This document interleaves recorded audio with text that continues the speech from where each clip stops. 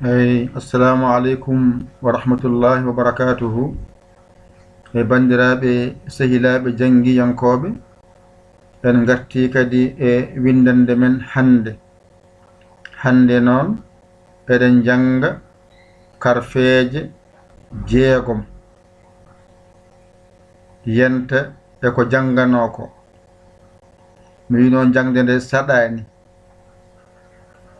ko ɗum saabi wattira ndani ha wawa ɓallade haqqillaji moɗon jangde nde yawro on nde wonno en joddaki nokku goto kala nde pinɗen eɗen ƴeewa maslaha no waɗete ha yetto on to waɗon paama. Bisimillah, garen e windande men hande. On yi alluwa ngal nan ɗon hay batte ala e maggal wadde woni kumpa jangowo.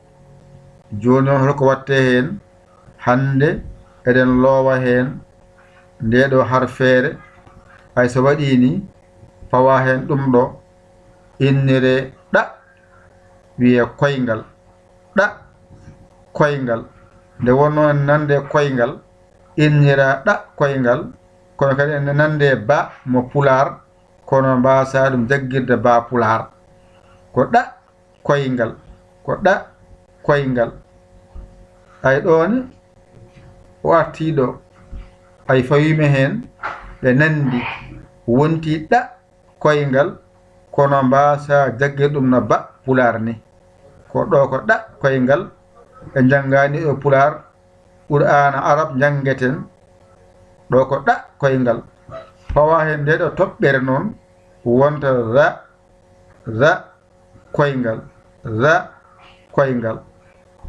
Ay ɗo ko ayna baaliɗo mbadda hen piccuɗo o mbiya ɗum ayna baaliɗo piccuɗo, ayna baaliɗo piccuɗo, ayna baaliɗo piccuɗo.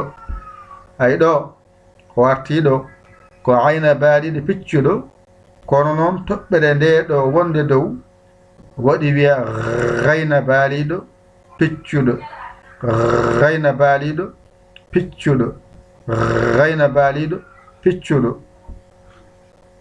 Ay ɗo wiyete ko fa jorɗo, fa jorɗo.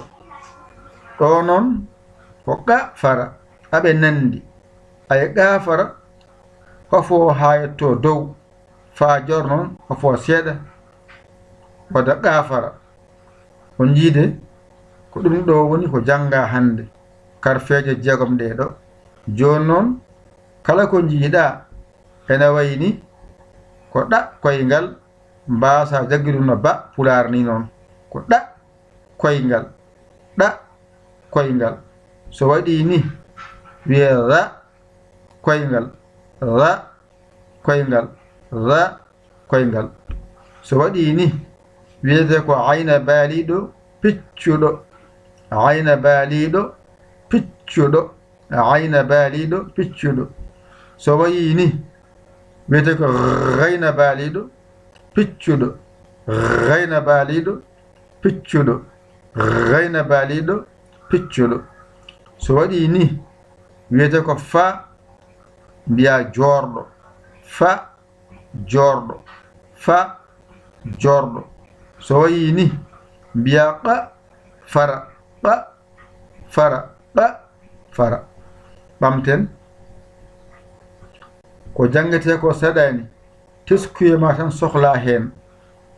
Kala ko wayni ɗa koyngal, ɗa koyngal, ɗa koyngal.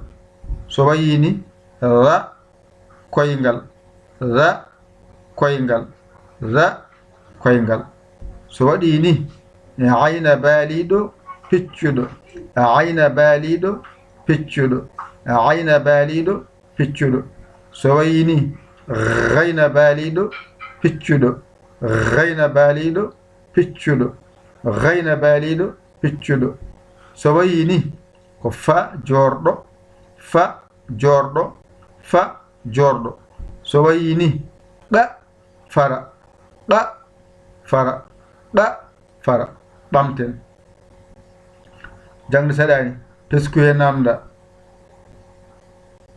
jangen ɗa koyngal ɗa koyngal ɗa koyngal za koyngal za koyngal za koyngal ayna baaliɗo piccuɗo ayna baaliɗo piccuɗo ayna baaliɗo piccuɗo gayna baaliɗo piccuɗo gayna baaliɗo piccuɗo gayna baaliɗo piccuɗo fa jorɗo fa jorɗo fa jorɗo ɗa fara ɗa fara ɗa fara ɓamten gotol ɓaren jangde saɗani teskuya namdi yo muñal ɗa koyngal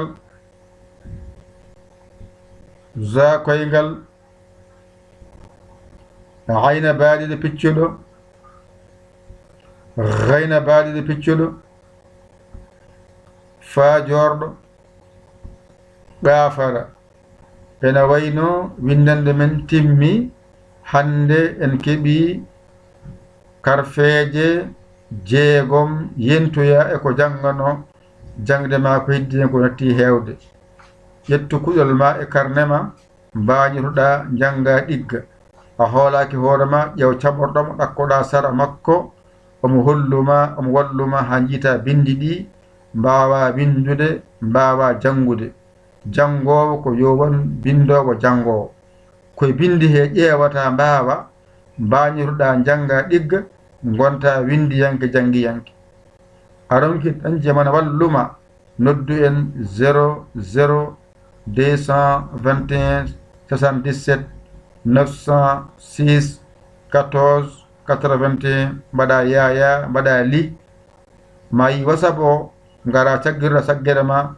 a saggani ko ɗum jinmi yo Allah wallu yo Allah newnu yo Allah reen yo Allah wongontiɗo o ko musidɗo mon kiɗe mon saabu Allah yaya li kawla Sénégal alhamdulillahi rabbil alamina on jarama wassalam